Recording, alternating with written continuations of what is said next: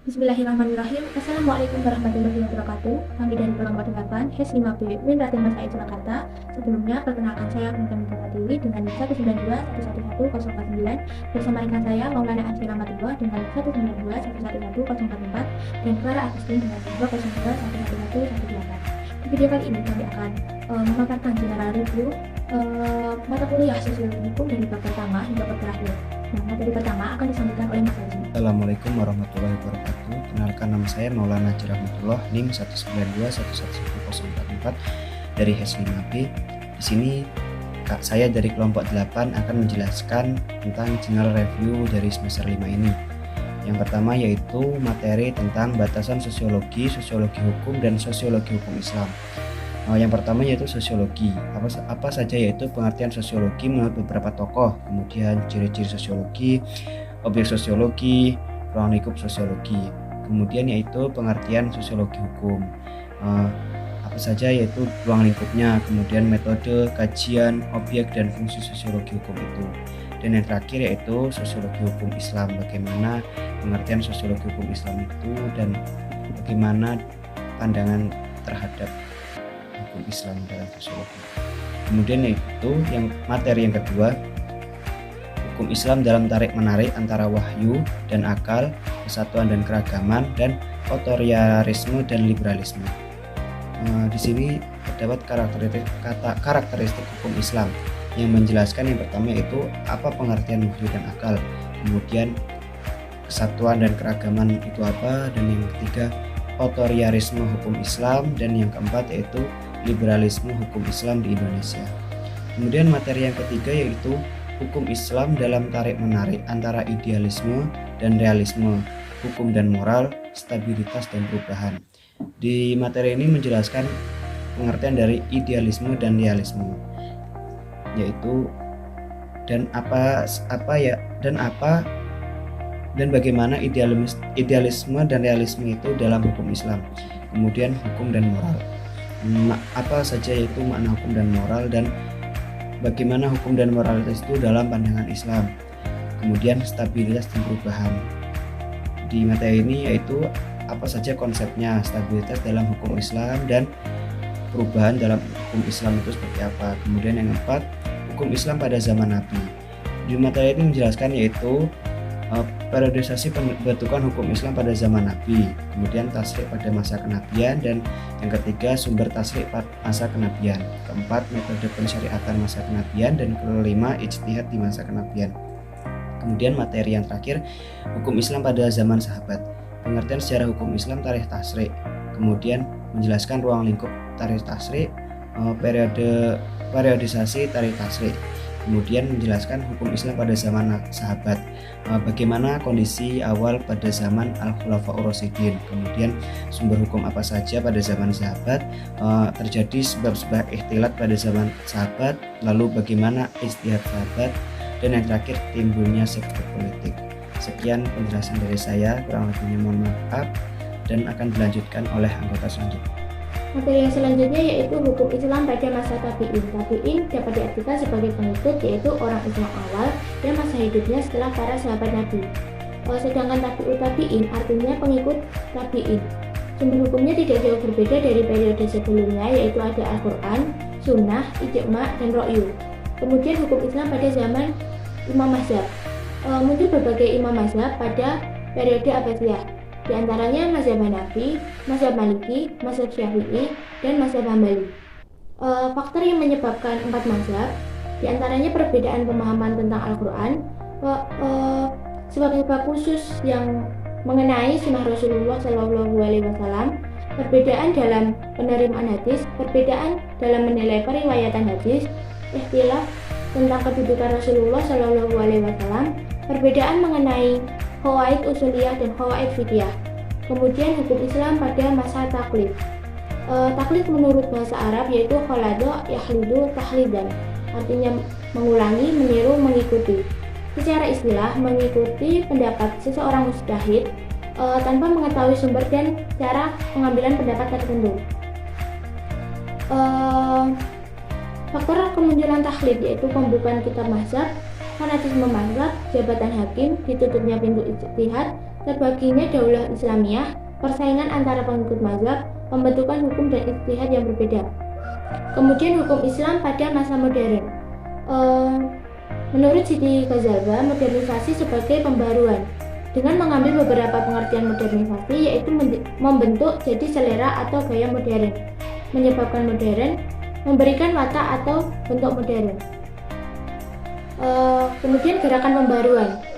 Tajdid pembaruan atau adalah proses menjadikan sesuatu yang terlihat usang untuk dijadikan baru kembali. Tajdid dalam pemikiran adalah aktivitas koreksi ulang terhadap aktivitas keislaman dengan mengoreksi hal-hal yang bersifat tidak sesuai dengan konteks baru. Tajdid dalam pemahaman pembaruan Islam tidak mengubah ajaran-ajaran yang bersifat mutlak. Tajdid hanya bertempat pada wilayah penafsiran atau interpretasi dari ajaran Islam seperti aspek teologi, hukum, politik, ekonomi, dan lain-lain. Interaksi antara hukum dan gejala sosial di masyarakat. Interaksi berarti tindakan atau action, tindakan timbal balik. Proses di mana orang-orang yang berkomunikasi saling mempengaruhi pada segi perasaan, pikiran, dan tindakan.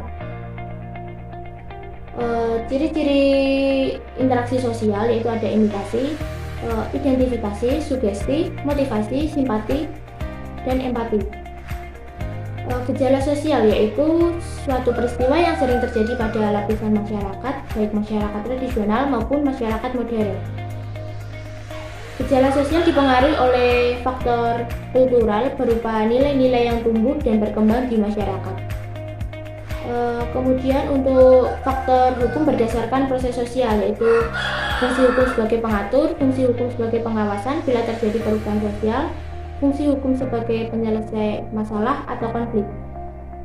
Kemudian faktor yang mendorong terjadinya perubahan sosial dalam lapisan masyarakat yaitu ada kependudukan, lingkungan, dan teknologi. Saya Clara Agustin, nomor induk mahasiswa 202111287. Materi yang selanjutnya yaitu Hukum Islam dan Perubahan Sosial. Hubungan hukum Islam dengan perubahan sosial saling berkaitan dan bersifat timbal balik. Artinya, hukum Islam itu dapat mempengaruhi perubahan sosial, dan sebaliknya, perubahan sosial pun berimplikasi terhadap perubahan hukum Islam. Perubahan hukum Islam dapat membawa kepada perubahan sosial apabila hukum Islam itu telah menjadi adat bagi suatu masyarakat.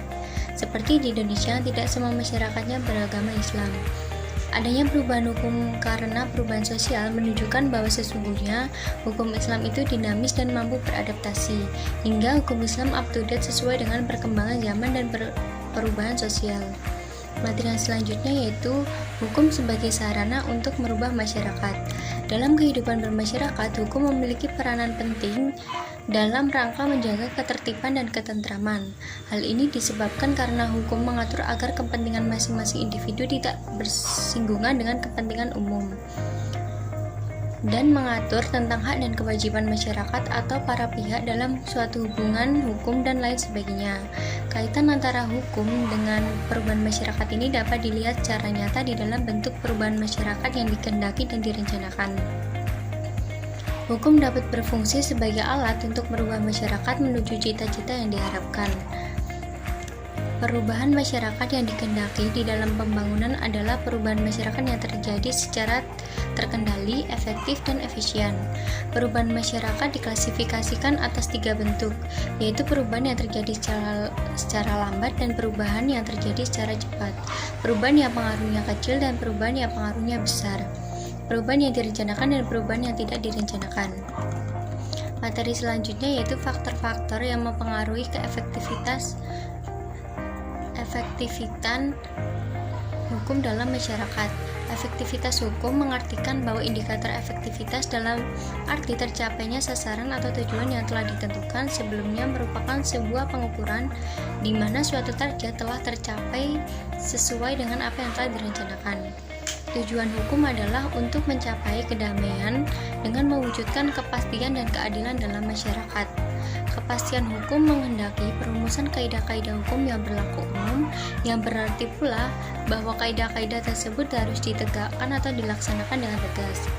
Faktor-faktor yang mempengaruhi efektivitas hukum yaitu yang pertama, faktor hukumnya sendiri, yang kedua, faktor penegak hukum, yang ketiga, faktor sarana atau fasilitas yang mendukung penegakan hukum, yang keempat, faktor masyarakat, dan yang kelima, faktor kebudayaan. Materi yang terakhir yaitu pengaruh dan akibat perubahan masyarakat pada individu dan kelompok.